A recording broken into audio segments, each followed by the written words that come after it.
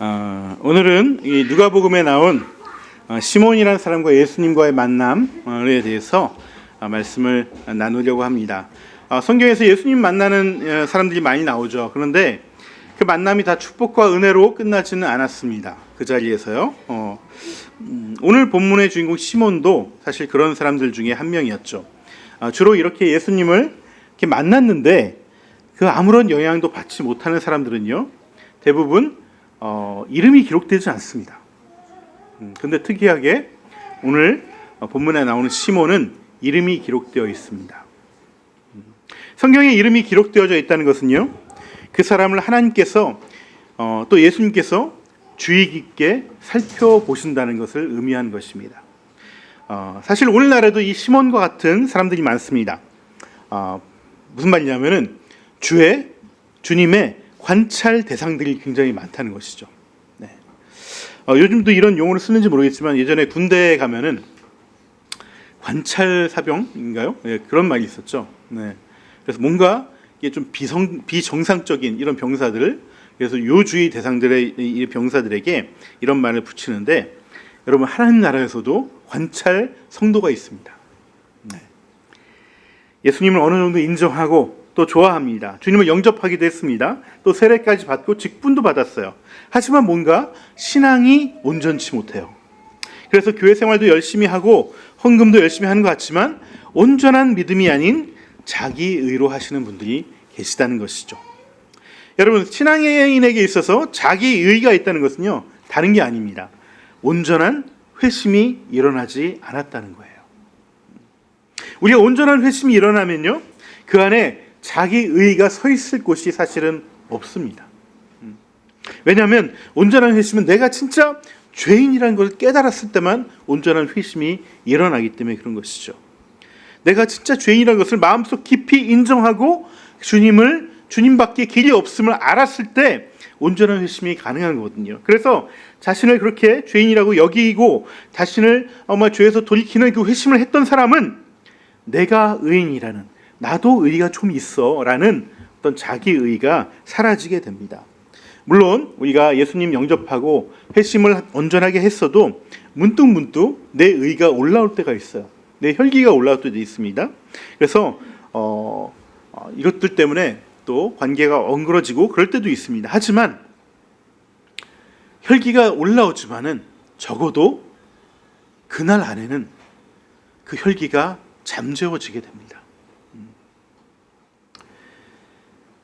마음의 혈기보다 용서와 또 감사의 마음이 올라오게 되는 것이죠. 신앙이 성숙한다는 것은 이 혈기가 완전히 없어진다는 것이 아니라, 자기의가 완전히 없어진다는 것이 아니라 올라오지만 그것을 빨리 누를 수 있으면은 그 누를 만큼 신앙이 성숙되었다라고 얘기할 수 있는 것입니다.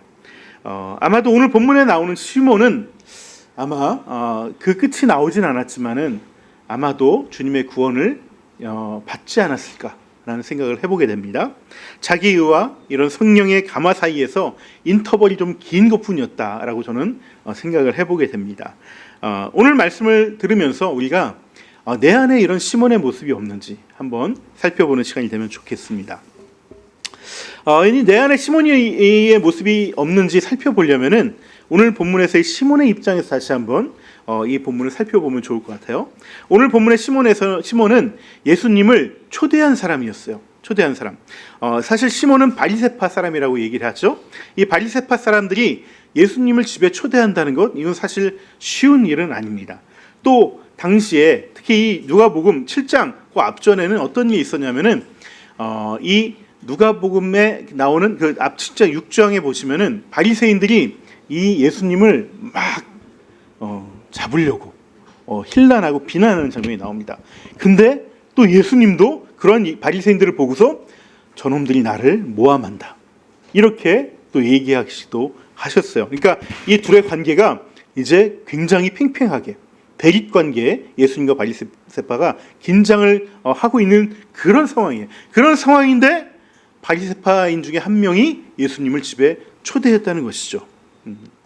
아마도 시몬은요, 동료 바리새파 사람들에게, 바리새인들로부터 아마 몇 마디 소리를 들었을 것 같아요. 야, 왜 저런 사람 왜 불러? 너 왜 저런 사람하고 같이 식사해? 우리가 식사한다는 건 굉장히 친분 관계를 맺어보자라는 의미로 부르는 거잖아요. 그런데 이런 핀잔을 들었을지 모르겠지만은 시몬으로서는 이러한 대가를 감수하고서라도 주님을 초대하고 싶었던 것이죠.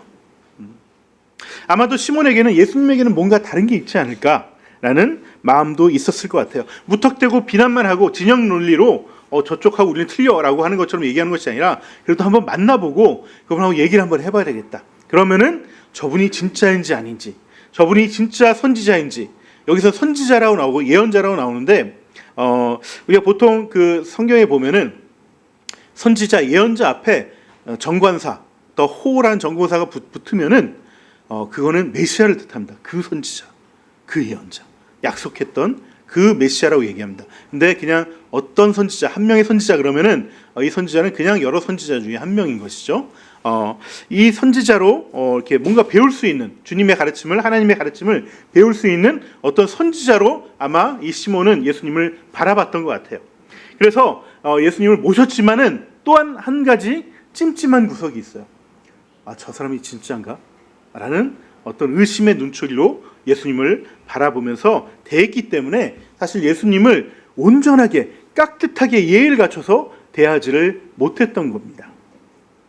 그래서 예수님을 나의 손님으로 초대하고 나서 사실 발 씻을 물도 주지 않고 또 발을 기름도 주지 않았습니다.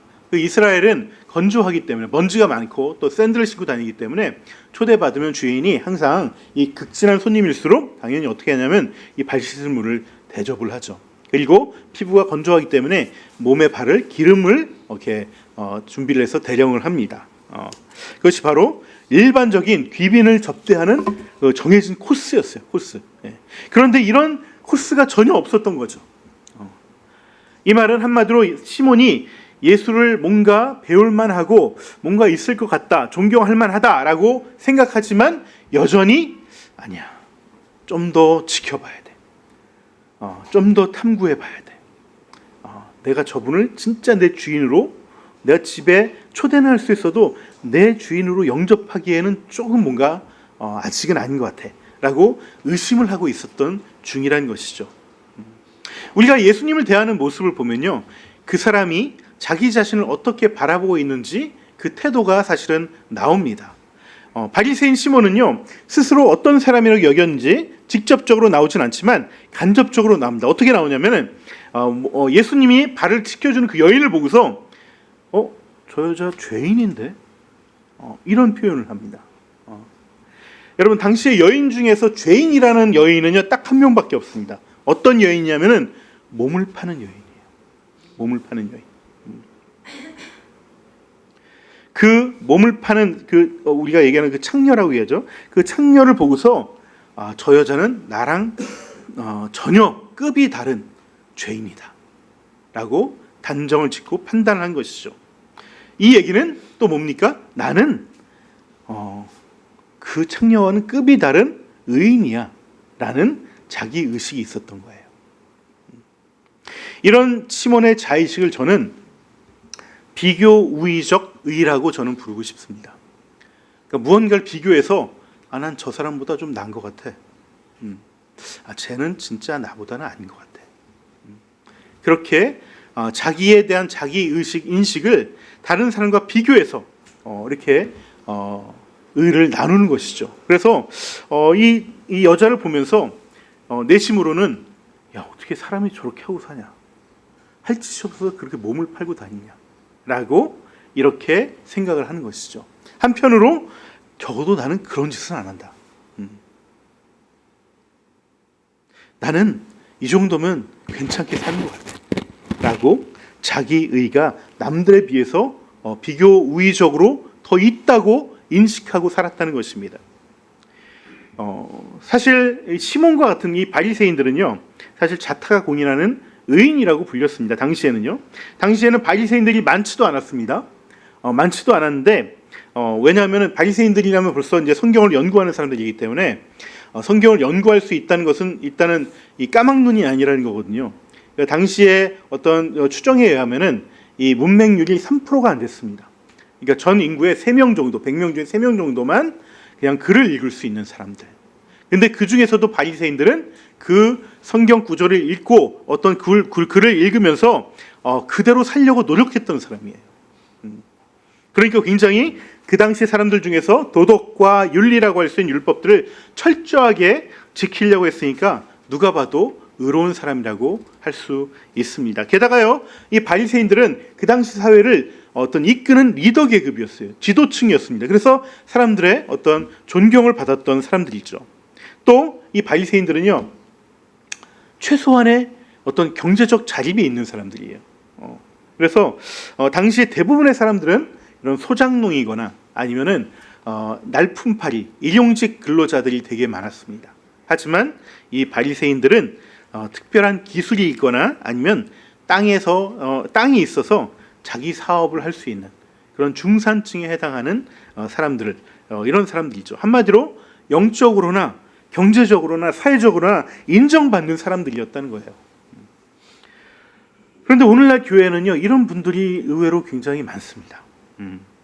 자이든 타이든 교회에 나와서 예수님을 영접하고 신앙생활하면서 시몬처럼 또 예수님을 알아가고자 합니다. 교회 여러 행사에 참여하고 모임에 참여하고 찬양도 하고 또 그때그때 공감되는 말이 있으면은 아멘도 하고 고개도 끄덕이고 또 시몬처럼 나름의 대가를 지불해요. 주의를 지키려고 하고요. 또 헌금을 내려고 합니다. 뭐 11조를 내려고 하면은 좀 아까운 마음도 들지만 그래도 주일 헌금 정도는 내려고 합니다. 또 봉사를 하기도 하고요. 또 자신의 시간과 물질과 이 삶의 일부를 충분히 난 이 대가 정도는 치를 수 있어 라고 하면서 신앙생활을 하시는 분들이 있습니다. 왜냐하면 예수님은 존경할 만한 분이시니까. 또 뭔가 있는 것 같아요. 또 기도하면 또 좋은 일도 일어나. 기도 응답도 일어나요. 그러니까 주님을 나는 믿는다고 생각하고 교회에 다니는 것이죠. 이런 시몬과 같은 분들의 공통된 특징이 있는데요. 그건 바로 비교우의적 의에 빠져서 그 의로 만족하고 있다는 것입니다. 스스로 나 정도면 뭐 크게 문제되지 않아. 뭐 나도 죄인이긴 해. 나도 죄를 져. 하지만 뭐 죄 안 짓는 사람이 어디 있어? 다 짓지. 그렇게 수많은 사람들이 다 죄인인데 뭐 나 정도면 그렇게 큰 죄인 아니잖아. 어디서 손가락질 받지 않고 살고 또 체면 크게 또 구겨지지 않고 또 양심 막 이렇게 팔면서 살아가지 않고 가끔 좋은 일도 하고 헌금도 하고 하나님께 또 예배도 드리니까 내가 뭐 훌륭한 사람까지는 아니더라도 나 정도면 좀 의로운 사람 아니겠어? 오늘 본문의 비유에 데나리온 비유를 통해서 예수님께서 말씀하시는데 나는 한 5데나리온 정도 빚진 것 같은데 그렇게 스스로를 평가합니다. 예수님은 시몬이 창녀를 두고서 죄인이라고 중얼거리자 시몬에게 데나리온 비유를 들어서 설명해 주시죠. 500데나리온을 빚진 사람이 있는데 그리고 또 50데나리온 빚진 사람이 있는데 돈 빌려준 사람이 보니까 이 사람들이 돈을 갚을 능력이 없어요. 그래서 어떻게 합니까? 이 돈을 다 탕감해 줬어요. 여러분 데나리온은 하루치 품삯을 얘기합니다. 지금으로 따지면 한 10만 원에서 15만 원 정도 보시면 될 것 같아요. 그러면은 500데나리온이면요. 이게 말이 안 나요. 500데나리온이면 거의 한 7천에서 1억 정도 됩니다. 네, 한 2년치 품삯이죠. 그 하나도 안 쓰고 모으면 그 정도 되는 거예요. 그거 갚을 능력이 없어요. 그러니까 탕감을 해준 겁니다. 50데나리온이면은 그것도 한 뭐 몇백, 500, 700 정도 많으면 1000만 원까지 됩니다. 보통 두세 달치 월급 되는 거죠. 하지만 이것도 뭐 어렵지 않지만 갚을만 하죠. 네, 내가 뭐 2억 정도 되는 돈이면 뭐 1, 20년을 뭐 허리띠 메고 계속 모아야지 이렇게 갚을 수 있는 건데 이게 뭐 돈 1000만 원이면 뭐 몇 달 고생하면은 눈 딱 감고 갚을 수 있습니다. 그러니까 엄두는 내볼 수 있는 금액입니다. 그런데 5데나리온이면 어떻습니까? 네, 5데나리온 한 5, 60, 6, 70 다음 달 카드값 정도 별로 크게 문제가 되지 않습니다. 시몬처럼 비교 우위에 있는 사람들은요 자신의 죄가 크다고 여기지 않습니다. 예수님을 믿어야 할 절대적인 이유나 필요가 없어요. 왜? 내 힘으로 갚을 수 있으니까. 내가 좀 선한 일 하고 또 예배 드리고 헌금 내면 다 되니까. 따라서 진정한 회개도 없고요, 인생의 진정한 변화도 일어나지 않습니다. 내 인생의 결정적인 순간에 예수님의 뜻을 어렵게 결단해서 굳이 따르기보다는 그냥 세상 사람들이 하던 대로 나도 따라갑니다. 예수님이 절대적으로 필요한 분은 아니기 때문에 결정적인 순간에 그분을 의지할 필요가 없는 것이죠. 예수님을 존경하고 신앙생활을 하면 뭔가 좋을 것 같지만 정말 중요한 순간에는 예수님은 2순위로 물러납니다. 그냥 예수님이나 하나님은 정말 급할 때만 찾는 거예요. 급할 때만. 예수님은 이런 시몬 같은 사람을요, 용서받은 것이 적은 사람이라고 얘기합니다. 예수님은 회개하고 주님을 영접한 모든 사람에게 절대적인 기준으로 똑같이 죄를 사해 주지만 모두 다 그 죄사함의 크기가 다르다는 거예요. 어떻게 느끼냐에 따라서 다르다는 것이죠. 주님은 절대적인 기준으로 모든 사람을 예수님만 믿으면 조금만 죄까지 다 사해 주시지만은 그 은혜가 어떤 사람에게는 정말 별 볼 일 없어 보인다는 것이죠. 나는 의롭기 때문에, 죄는 있지만 그렇게 크지 않기 때문에. 그래서 눈물을 흘리고 찬양하는 사람들, 예배하는 사람들을 보면은 저거 오버하는 거 아니야? 그런 마음이 듭니다. 저 광신도 아니야? 꼭 저렇게까지 예배해야 돼?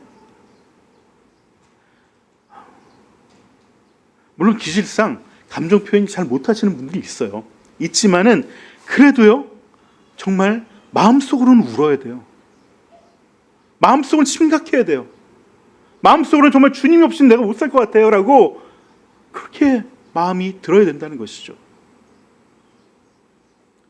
예수를 진정으로 바라고 사랑할 이유가 없기 때문에 예수님이 내 안에 오셔도요, 5데나리온 정도만 내 안에 계시기 때문에 근본적인 변화가 일어나지 않습니다. 변화가 너무나 오래 걸려요. 그냥 일반적인 사람들처럼 착한 소시민으로 성실하게 살아가면 이 정도면 됐잖아, 이렇게 여기니까 믿는 것과 믿지 않는 것과 별 차이를 못 느끼는 거예요. 스스로 자기 삶은 잘 변하지 않고 있다는 것도 스스로가 알고 있습니다. 예수님을 향해서 사랑한다고 하면 왠지 어색해. 뭐 그렇게 사랑하고 싶은 마음까지 안 드는데. 그런 것도 본인이 알고 있습니다. 그럼 어떻게 해야 됩니까? 내가 근본적인 변화를 일으키려면 근본적인 변화를 가져온 사람의 모습을 우리가 보아야 되는 것이죠. 잠시 시몬의 얘기 내려놓고요, 본문에 등장하는 또 한 사람의 죄인인 눈물로 예수님의 발을 닦은 우리 여인에 대해서 한번 보면 좋겠습니다. 갑자기 나타나서 예수님의 발을 닦아준 이 여인은 스스로에 대해서 어떻게 이해하고 있을까요? 당연히 이 사람은 자기를 죄인이라고 여깁니다. 자기뿐만 아니라 동네 사람들, 세상 사람들이 다 자기를 죄인이라고 얘기해요. 한마디로 자타가 공인하는 죄인입니다. 이 여인은 모두가 죄인이라고 하니까 그래, 나도 죄인이야 라고 인식할 수 있습니다. 하지만 모든 사람이 그렇게 느껴지진 않습니다. 말도 안 되는 일을 저질러 놓고도 대부분의 사람들은요, 자기 합리화를 합니다. 어쩔 수 없이 그렇게 됐어요. 그 탓을 다른 사람 때문에 그렇게 됐다라고 얘기하고 환경 때문에 그렇게 됐다라고 얘기를 합니다. 당시에요, 이 몸을 파는 이 여인과 같은 창녀들은요, 대부분 먹고 살려고 몸을 파는 거예요. 먹고 살려고. 남편이 죽었다 하던가 어디 기댈 데 없을 때 정말 극심한 기아에 허덕이다가 몸을 파는 겁니다. 한마디로 어쩔 수 없이 몸을 판 거예요. 요즘 뭐 이렇게 젊은 세대들 보면은 막 쉽게 유흥업소에 나가고 그런 케이스가 아니에요. 그래서 당시에 이런 창녀 같은 분들은 얼마든지 할 말이 있어요. 나 죽는데 어떡하라고. 나 누구 먹여주는 사람 아무도 없는데 나보고 어떡하라고. 하지만 본문에 나오는 이 여인은요, 그런 합리화할 수 있지만은 자신을 정말 가치 없는 죄인이라고 여겼어요. 얼마나 자신을 낮게 여겼던지 예수님한테도 함부로 다가갈 수가 없습니다. 여러분, 등 뒤에서 발치해서 그렇게 몰래 다가갔어요. 당시에 여러분 식사 문화는요, 주로 이제 저녁에, 초대하면 저녁에 먹는데, 당시에 조명이 없잖아요. 어둡잖아요. 음식 주변에만 등을 켜놓고요, 대부분의 사람들이 이렇게 상에 이렇게 비스듬히 엎드려 눕습니다. 그래서 상체를 이 음식 있는 곳에 두고서 발은 바깥쪽으로 이렇게 향하게 있죠. 그렇기 때문에 발 뒤쪽으로 이렇게 오면은 이 음식에 있는 부분만 또 조명 이렇게 등잔이 있기 때문에 여기는 잘 안 보입니다. 그래서 고개 숙이고 가면은 저 사람이 누군지 사실을 보기가 쉽지 않아요. 자기를 감추고 다가갈 수 있습니다. 충분히 가릴 수 있죠.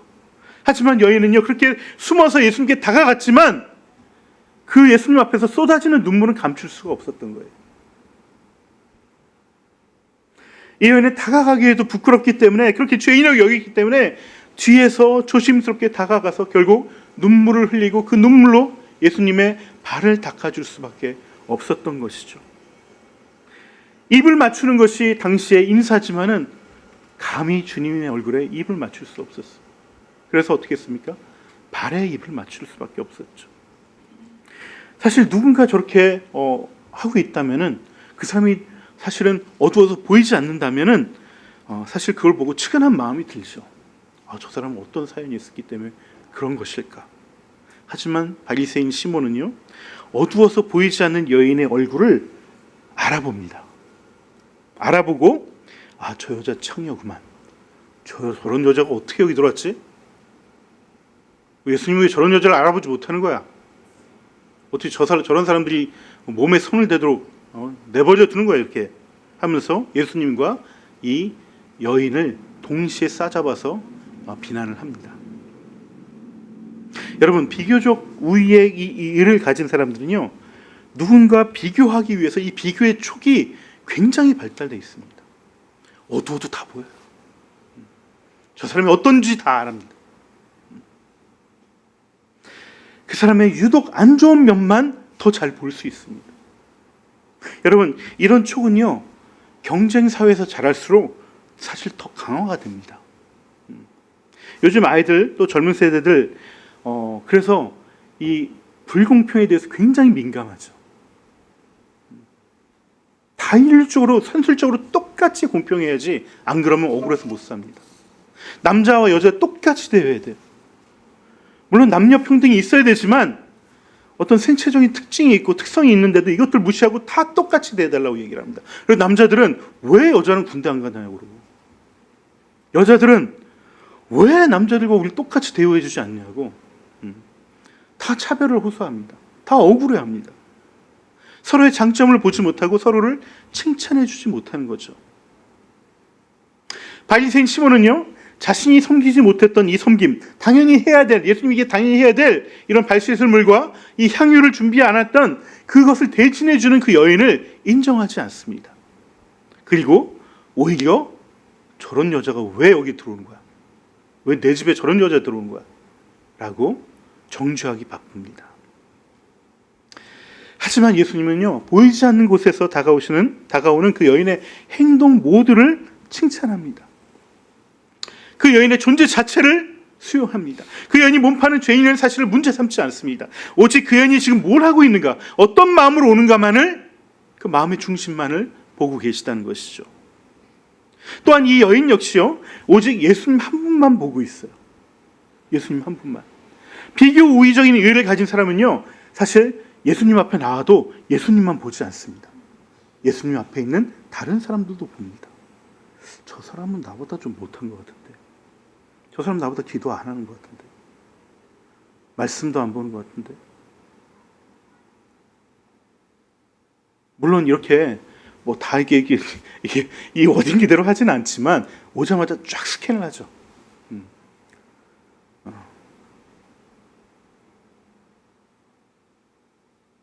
하지만 이 여인처럼요, 정말 자신을 진짜 죄인이라고 여기는 사람은요, 그 누구를 비교할 여력이 없습니다. 오직 주님이라는 이 절대의 앞에서 내 죄만 보여요. 눈물만 흘립니다. 한없이 내 죄가 커 보입니다. 아니 500데나리 무슨 말이에요? 한 5만 데나리온처럼 느껴지는 것이죠. 도저히 내가 어쩔 수 없는 이 죄들. 도저히 속죄할 수 없는 그 죄 앞에서 오직 주님만 보이고, 그것도 감히 다가갈 수 없어서 뒤에서 숨어서 다가갈 수밖에 없을 정도입니다. 평상시에는요, 이 여인이 감히 들어갈 수 없는 집이에요. 이 바리새인 시몬의 집은 어떻게 들어갑니까? 들어갔다가 뭐 어떻게 욕을 먹을 줄 알고 들어갑니까? 하지만 그 집에 예수님이 왔다는 얘기를 듣고서요, 내가 나중에 혼나는 한이 있더라도, 들켜서 내가 면박을 당하는 한이 있더라도 몰래 숨어서라도 주님 만나야 되겠다. 내 죄를 씻겨주시고 나를 받아주시는 그 주님 만나서 내 죄를 좀 해결하고 싶다. 그 인식을 가지고 주님 만나러 왔다는 것이죠. 그래서 용기를 내서 찾아갔고, 그만큼 간절했기 때문에, 그만큼 필요로 했기 때문에 주님을 사랑했다고 주님은 얘기하고 계신 것입니다. 여러분, 이것이 비교우의적 의를 가진 사람과 절대의 앞에서 낱낱이 자신이 드러낸 사람의 차이예요. 이 둘의 차이는 엄밀히 말하면요, 죄의식과 죄책감의 차이입니다. 우리는 이 두 가지가 다 같이 있습니다. 하지만 어느 것이 더 많은가? 시몬은요, 자신의 죄를 자신의 어떤 선한 행동, 또 이 율법을 지키는 행동으로 상쇄할 수 있다라고 생각합니다. 그래서 죄책감을 가지고 그 죄의 책임을 스스로 해결하려고 해요. 이 정도 하면은 내 죄는 감해질 거예요. 내 죄는 가벼워져. 왜냐하면 이 정도 내가 할 수 있으니까요. 나는 글을 읽을 수 있고, 율법을 알고 율법대로 행하고 있을 정도는 나 할 수 있어. 그 죄의 책임 내가 갚을 만해 라고 생각했기 때문에 내가 내 삶의 주인이 돼서 내가 지킬 건 지키고 내가 갚을 건 갚고, 남은 조금의 죄쯤은 그냥 내가 하나님 찬양하고 종교 생활하면은 뭐 그냥 없어지는 거지.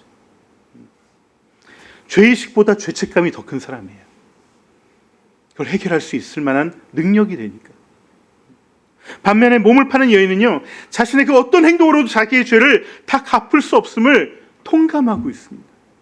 죄를 내가 책임지기에는 그게 너무나 커요. 그리고 어쩌다 한번 이걸 다 갚았다 할지라도 또다시 이 삶으로 내가 돌아올 수밖에 없다는 것을 이 여인은 알고 있습니다. 누군가 나를 정말 불쌍히 여겨서 나를 정말 나와 결혼해줘서 내가 어떤 남자의 여인이 된다면은 이 죄 안 짓고 살 수 있죠. 하지만 그럴 가능성이 전혀 없거든요. 그 배고픔 앞에서, 기아 앞에서 나는 또 몸을 팔아야 될지 모르는 거예요. 그러니 나로서는 어떻게 해도 이 죄를 갚을 수가 없는 거예요.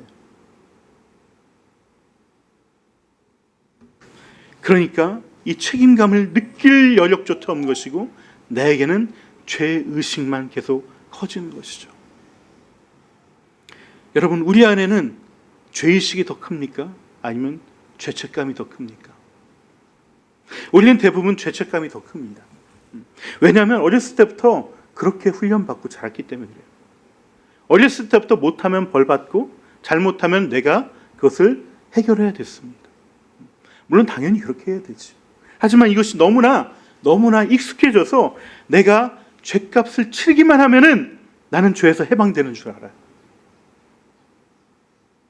그래서 교통사고로 누구를 정말 죽이거나 크게 다쳐서 장애를 입기 전에는 내가 보험으로 처리하면은 뭐 괜찮습니다. 뭐 실수할 수도 있는 거지. 일부러 한 게 아닌데. 죄의 책임을 난 다 했으니까. 우리는 이런 사회적 시스템 속에서 길들여 왔기 때문에 돈으로, 물질로, 뭔가로 내가 그것을 갚아주기만 하면은 내 죄의식에서 자유롭다라고 생각합니다. 심지어 요즘은 음주운전으로 누굴 죽여도 보상하고 죄값만 치르면 그렇게 괴로워하지 않는 것 같아요. 여러분, 세월호 사건만 보더라도 마찬가지입니다. 처음엔 다들 안타까워했어요. 그런데 나중 가니까 어떻게 합니까? 저 부모들 보상금 때문에 저런 거야. 이 시대를 살아가는 우리 모두의 안전 불감증 때문에 그 일이 일어난 것입니다. 이 돈에 탐욕이 되어서 안전 불감증이 생겨서 이 아이들이 죽은 거예요. 이 자본주의적 욕망 때문에 아이들이 죽었다라고 괴로워하는 사람이 얼마나 됩니까? 내 책임 아니니까 나는 죄의식도 없다라고 해야죠. 그래서 죄책감마저도 돈으로 다 해결하려고 보니까 그나마 있던 죄의식도 다 점점 사라지고 있는 시대 속에 살아가고 있다는 것입니다. 여러분, 아이들이 더 심각합니다. 요즘 아이들 어른들한테 뭐라고 하고서 뭐 물어내면 되는 거 아니에요? 이렇게 얘기를 해요. 오히려 따지고 있습니다. 여러분, 현대의 모든 법의 근간은요, 이 로마 제국 시대에 만들어진 법에서 그 근거를 찾고 있습니다. 물론 다른 많은 발전들이 있었지만은 근본적으로는 이 로마 법리에서 시작이 된 것이 현대 법입니다. 이 로마법은요, 모든 법의 위반은 그에 해당하는 죄값을 치르면 그 죄는 소멸되고 해소됩니다. 하지만 하나님의 법은요, 그 죄값을 치른다고 다 해소되지 않습니다. 레위기법을 살펴보시면 누군가에게 피해를 줬으면은 그 다 갚고 갚은 것뿐만 아니라 하나님께 나와서도 그 죄를 용서를 구해야 돼요. 그 하나님께 제사를 드려야지 비로소 자유로울 수 있습니다. 그것도 원래는 하나님 앞에 내 생명으로 갚아야 돼요. 내 생명으로 갚아야 되는데 그 죄값을 치러야지 비로소 죄에서 자유로워지는데, 그런데 차마 내 목숨을 하나님께 드릴 수 없으니까 어떻게 합니까? 내가 여러 해 애지중지 키운 내 애완동물 같은 이 가축을 생명으로 다신 죄값으로 치르는 겁니다. 여러분, 죄는요, 윤리의 문제를 넘어서서 더 근본적인 문제와 연관이 되어 있습니다. 바로 우리의 생명의 문제와 연관이 되어 있다는 거예요. 성경은 죄의 값은, 죄의 삭은 사망이라고 분명히 얘기하고 있습니다. 이 절대적인 의의 앞에서 우리의 생명조차 사실은 더 이상 내 것이 아니에요. 내 능력으로, 내 돈으로 책임지려 하지만 여러분, 그 부와 능력과 힘도요, 다 내 겁니까? 내가 만든 겁니까? 물론 내가 지금까지 노력해왔고 노력한 만큼 쌓아놓은 것이 있어서 그걸로 해결할 수 있을지 모릅니다. 하지만 착각입니다. 여러분, 누구는 그 노력 안 하고 살깁니까? 다 열심히 살고 열심히 모읍니다. 근데 누구는 더 많이 벌고요, 누구는 더 많이 모읍니다. 누구는 그 내 모든 능력과 걸 다 해도 갚지 못할 또 책임도 있습니다. 개인의 노력과 성실을 부정하는 것이 아니라요, 그 금년과 성실도요, 그가 모은 것들도요, 그가 노력하는 것도요, 다 타고나고 또 주님께서 길을 열어주셔야 가능한 거라는 것이죠. 여러분, 머리도 타고나고요, 부모도 타고납니다. 그 못난 부모조차 없어서 평생 괴롭게 사는 사람이 얼마나 많은지 아십니까? 내 모든 것이 내 노력만으로 얻어지는 것이 아니라는 것이죠. 그런데 나는 내 것으로 내 죄의 책임을 다할 수 있다고 생각합니다. 아니요. 한순간에 내 것이 한순간에 사라질 수도 있어요. 나는 내 것을, 내 죄를 다 책임지지도 못하고요, 그 죄를 책임진다 하더라도요, 그 죄의식에서, 그 죄에서 벗어날 수 없습니다. 오직 내 생명으로만 그 죄를 책임질 수 있다면요, 내 인생, 내 생명의 주인을 주님으로 삼고 주님께 힘을 얻어서 살아가는 방법밖에 없다는 것입니다. 그렇지 않으면 우리는 죄에서 자유로울 수 없는 것이죠. 제가 신대원 다닐 때 한 10년 됐죠. 동창회를 한번 나갔었습니다. 네, 요즘 동창회 거의 안 나가는데 그때는 뭐 너무 막 내가 안 나타나니까 보고 싶다 해가지고 한번 갔습니다. 갔는데 그래서 동창회 친구를 한번 만났는데, 그 친구는 키도 크고요, 운동도 굉장히 잘하던 친구였습니다. 또 어머님이 그때는 아니셨는데 목사님이세요. 목사님이시고 또 저하고 잠깐 교회도 같이 다녔습니다. 그래서 성가대도 같이 섬기고 그렇게 했었는데, 저는 사실 부모님이 불신자시고 거의 불신자시죠. 예. 그리고 그런 저에게는 참 여러 가지로 부러웠던 친구 중에 한 명이었어요. 그래서 야 정말 반가워서, 야 반갑다, 어떻게 지내, 이렇게 얘기했는데, 신앙 얘기를 하다가 자기가 최근에 예수님을 영접했다고 그러더라고요. 40이 넘어서. 너 무슨 얘기하는 거야? 너 지금 너랑 어머니가 목사님이고 지금 너 교회 다닌 지가 몇 년인데 나랑 성가대도 하고 그렇게 막 은혜롭게 찬양도 하고 그랬는데 지금 나와서 뭐 예수님 영접해도 무슨 말이야 했더니, 얘가 뭐라고 얘기하냐면, 어렸을 때 모태신앙이니까 어렸을 때도 교회 다니고 그냥 남들이 주변에 부모님도 그렇고 다 자기는 교회 가면 죄인이라고 그러니까 그냥 나도 죄인인가 보다 이렇게 살았대요. 근데 정말 내가 진짜 죄인인가? 정말 그렇게 눈물 흘릴 정도의 죄인인가라고는 전혀 생각을 못했다는 것이죠. 그냥 예수님은 내 삶의 충분 조건이지 필요 조건은 아니라는 거예요. 그러니까 있으면 좋고 없어도 뭐 이렇게 크게 아쉬울 거 없는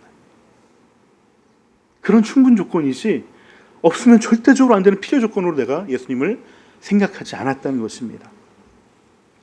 이 친구는 뭐 능력도 있고 머리도 좋고 그래도 뭐 잘 살아왔습니다. 그러다 어느 날 이것을 깨달은 것이죠. 내가 예수님을 내 삶의 장식품으로 여기고 있구나. 내 모든 내 안에 있는 것들을 감추기 위한 어떤 가림막으로 사용하고 있구나. 그냥 내가 힘들 때 위험받을 만한 존재로 내가 여기고 있구나. 그것을 내가 깨닫게 된 것입니다. 이 친구가. 그래서 예수님을 예전에도 영접했다고 했지만 그 마음의 중심에 영접한 것이 아니라 그냥 문지방까지만 내가 영접했고, 그러다 보니 자신이 생각하기에 나는 근본적인 변화가 안 일어났다는 걸 생각하는 거예요. 그냥 교육 잘 받고 커서 나는 나이스한 사람이고 젠틀한 사람이긴 하지만 다 내 의로 내 노력으로 해왔다는 거예요. 가정에 가면은 자녀들 때문에 아내 때문에 아내 때문에 짜증이 나고 힘들지만 참을 수 있었어. 내가 내 인품으로 참을 수 있어서 내가 견뎌왔다 라고 얘기하더라고요. 그래서 진짜 근원적인 행복을 누리지 못했다라고 얘기합니다. 그러다 어느 날 내가 진짜 죄인임을 깨닫게 됐다는 거예요. 그래서 내가 주님을 정말 영접하지 않았구나. 내 마음의 중심으로 영접하지 않았구나. 시몬처럼 초대는 했지만은 진짜 그 주인으로 영접하지 않았구나 라는 것을 깨닫게 됐다는 것이죠.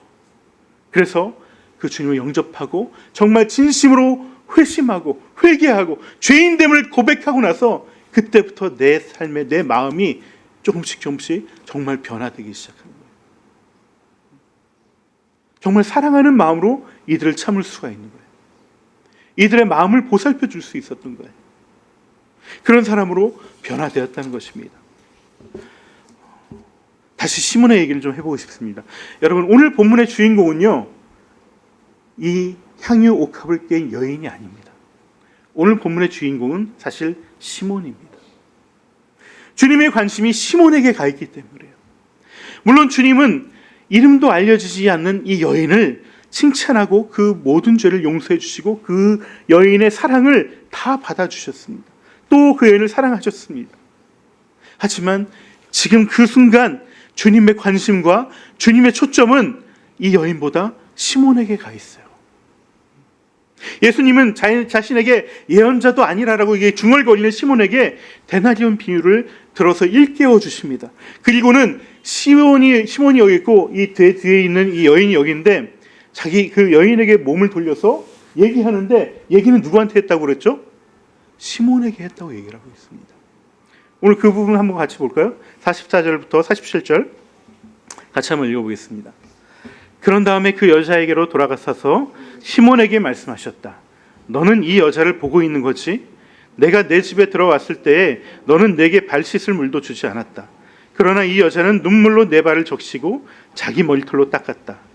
너는 내게 입을 맞추지 않았으나 이 여자는 들어와서부터 줄곧 내 발에 입을 맞추었다. 너는 내 머리에 기름을 발라주지 않았으나 이 여자는 내 발에 향유를 발랐다.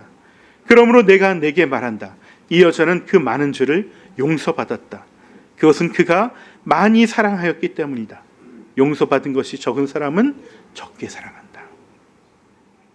여러분, 예수님은 언뜻 이 여인을 칭찬하는 것 같지만은 사실은 그 여인을 칭찬하는 이유도 시몬 때문에 칭찬하는 거예요. 시몬에게 가르쳐주고 깨닫게 하고 알고 싶게 하고 싶은 것입니다. 너가 나를 이 여인처럼 받아주고 이 여인처럼 나를 사랑해 준다면 넌 더 큰 용서를 누렸을 텐데 너는 그걸 누리지 못하고 여전히 미움 가운데, 정죄 가운데, 판단 가운데 있는 거구나. 너 인생이 그렇게 초라하지 않는데 왜 그렇게 사는 거야? 안타까운 마음으로 이 얘기를 하시는 겁니다. 예수님이 알려주고 싶은 것은 용서와 사랑이에요. 시몬의 눈에는 죄인인 여자만 보였습니다. 하지만 주님은 그 죄인이 들어온 것이 아니라 그 자신을 사랑하고 그 죄 때문에 애통해하는 그 여인의 모습이 들어왔고, 그것을 시몬이 깨닫기를 원했던 것입니다. 뿐만 아니라 주님은 이 시몬을 사랑하셨어요. 야, 너가 나를 어떻게 인정하지 않을 수 있어? 나를 예언자라고 이렇게 여기지 않을 수 있어? 라고 정죄하지 않으시고, 오히려 이 여인의 이름은 기록되지 않았지만 그 시몬의 이름을 기록하면서 그 시몬의 이름을 부르면서 내가 너를 계속 보고 있어. 너가 나에게 오기를 계속해서 보고 있어. 너가 나를 영접해 주기를 나는 계속해서 기다리고 있다라고 지금 말씀하고 계신 것입니다. 주님은 의인을 부르러 오신 것이 아니라 죄인을 부르러 와주셨기 때문에 그런 것이죠.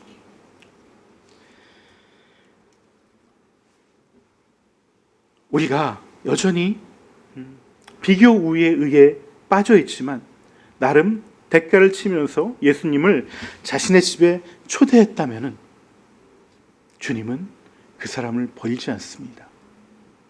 그분을 끝까지 관심을 갖고 물고 늘어집니다. 주님은 자신을 영접한 사람을 그가 진정으로 정말 진심을 다해서 영접하지 않았을지라도 그 사람을 끝까지 사랑하십니다. 그 사람 끝까지 관심을 갖고 그 사람을 변화시키고 그 사람의 그 사랑의 눈으로 그 사람을 지켜보고 인도하고 계시다는 것입니다. 제 친구의 경우 정말 철이 들고 예수님을 알았던 것이 10대일 때고 30년을 예수님을 알고 있었고 그분을 모셨다고 했지만 30년 만에 비로소 진짜 자기가 죄인임을 깨닫고 진짜 예수님을 마음의 중심 가운데, 내 삶의 중심 가운데 영접을 했습니다. 정말 시몬이 아마 그랬지 않았을까? 그가 만약에 예수님의 그 인도하심을 끝까지 거부했다면은 아마 성경에 그 이름이 기록되지 않았을지도 모르겠습니다. 그는 아마도 저는 그 시몬이 이름이 기록됐을 거라고 분명히 생각을 합니다. 물론 이 죄인이었던 여인 역시 기록되어 있습니다. 여기에는 등장하지 않지만 그가 바로 예수님의 십자가 앞에서 끝까지 자리를 지켰고 그 무덤을 지켰던 그 마리아란 여인 아니겠습니까? 주님은 사랑하는 자, 또 온전히 사랑하지 못하는 자라도 끝까지 사랑한다고 입으로만 얘기했어도 그 사랑을 받기 위해 끝까지 그 관심 성도를 붙잡고 계십니다. 인도하고 계십니다. 부르고 계십니다. 그래서 마침내 우리가 변화되길 원하고 계십니다. 그래서 절대적으로 내 삶에 주님은 있어도 그만 없어도 그만이 아니라 내 삶에 정말 없으면 안 됩니다. 나는 주님이 없으면 내 죄를 내가 어떻게 할 수가 없습니다. 라고 간절히 원하고 고백하고 사랑하는 자로 거듭나게 만드실 거라는 것이 주님의 계획이고 주님의 일하심임을 우리가 믿음으로 받아 안으시길 주님의 이름으로 축원합니다. 우리 같이 찬양하시면서 이 말씀 우리 가운데 새기도록 하겠습니다.